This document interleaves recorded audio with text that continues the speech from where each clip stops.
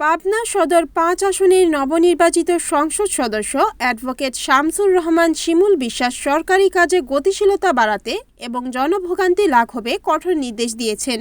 সোমবার দুপুরে উপজেলা অডিটোরিয়ামে উপজেলা প্রশাসনের বিভিন্ন দপ্তরের কর্মকর্তাদের সাথে মতবিনিময় সভা করেন। এ সময় কর্মকর্তাদের পক্ষ থেকে তাকে ফুলেল শুভেচ্ছা সংবর্ধনা দেওয়া হয়। এমপি শামসুর রহমান শিমুল বিশ্বাস বলেন, সরকারি দপ্তরে সেবা নিতে আসা সাধারণ মানুষ যেন কোনোভাবেই অতিরিক্ত ভোগান্তির শিকার না হন। দাপ্তরিক কাজে শৃঙ্খলা নিশ্চিত করে গতি বৃদ্ধি করতে হবে। ভোগান্তি ছাড়া মানুষের সেবা নিশ্চিত করতে হবে বলেও জানান তিনি। দ্বিতীয় ধাপে ফ্যামিলি কার্ডের বরাদ্দ আসবে। ফ্যামিলি কার্ড যেন প্রকৃত সুবিধাভোগীরা পান সেদিকে নজর রাখতে বলেন ইউপি চেয়ারম্যানদের।